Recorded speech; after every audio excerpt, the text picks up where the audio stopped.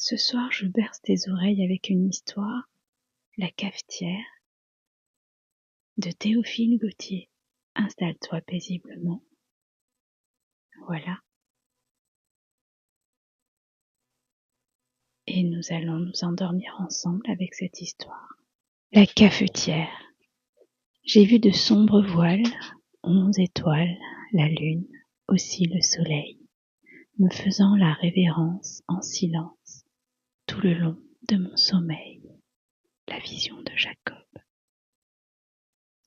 L'année dernière, je fus invité ainsi que 2 de mes camarades d'atelier, Arrigo Coïc et Pedrino Borgnoli, à passer quelques jours dans une terre au fond de la Normandie. Le temps, qui à notre départ promettait d'être superbe, s'avisa de changer tout à coup, et il tomba tant de pluie que les chemins creux où nous marchions étaient comme le lit d'un torrent. Nous enfoncions dans la bourbe jusqu'aux genoux. Une couche épaisse de terre grasse s'était attachée aux semelles de nos bottes et par sa pesanteur ralentissait tellement nos pas que nous n'arrivâmes au lieu de notre destination qu'une heure après le coucher du soleil. Nous étions harassés. Aussi notre hôte, voyant les efforts que nous faisions pour comprimer nos bâillements et tenir les yeux ouverts, aussitôt que nous eûmes soupé, nous fit conduire chacun dans nos chambres. La mienne était vaste. Je sentis en y entrant comme un frisson de fièvre, car il me sembla que j'entrais dans un monde nouveau. En effet, l'on aurait pu se croire au temps de la Régence, à voir les dessus de portes de boucher représentant les 4 saisons, les meubles surchargés d'ornements de rocaille du plus mauvais goût, et les trumeaux de glace sculptés lourdement. Rien n'était dérangé. La toilette couverte de boîtes à peigne, de houppes à poudrer, paraissait avoir servi la veille. 2 ou 3 robes de couleurs changeantes, un éventail semé de paillettes d'argent, jonchaient le parquet bien ciré, et à mon grand étonnement, une tabatière d'écailles couverte sur la cheminée était pleine de tabac encore frais. Je ne remarquai ces choses qu'après que le domestique, déposant son bougeoir sur la table de nuit, m'eût souhaité un bon somme, et je l'avoue, je commençai à trembler comme la feuille. Je me déshabillai promptement, je me couchai, et pour en finir avec ces sottes frayeurs, je fermai bientôt les yeux en me tournant du côté de la muraille. Mais il me fut impossible de rester dans cette position. Le lit s'agitait sous moi comme une vague. Mes paupières se retiraient violemment en arrière. Force me fut de me retourner et de voir.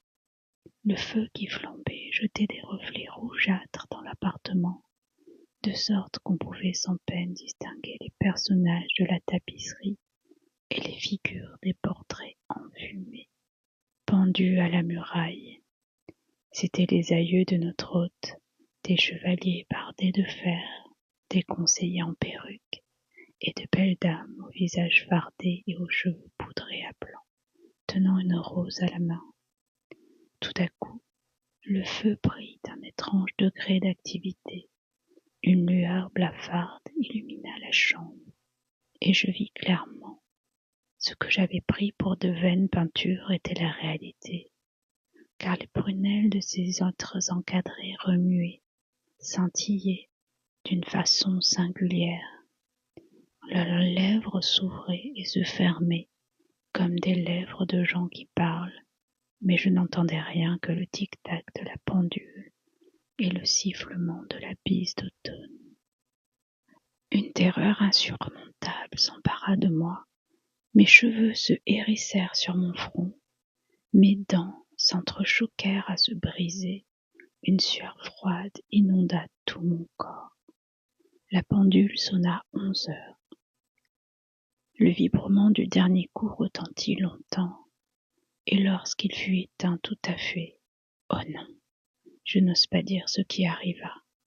Personne ne me croirait, et l'on me prendrait pour un fou. Les bougies s'allumèrent toutes seules.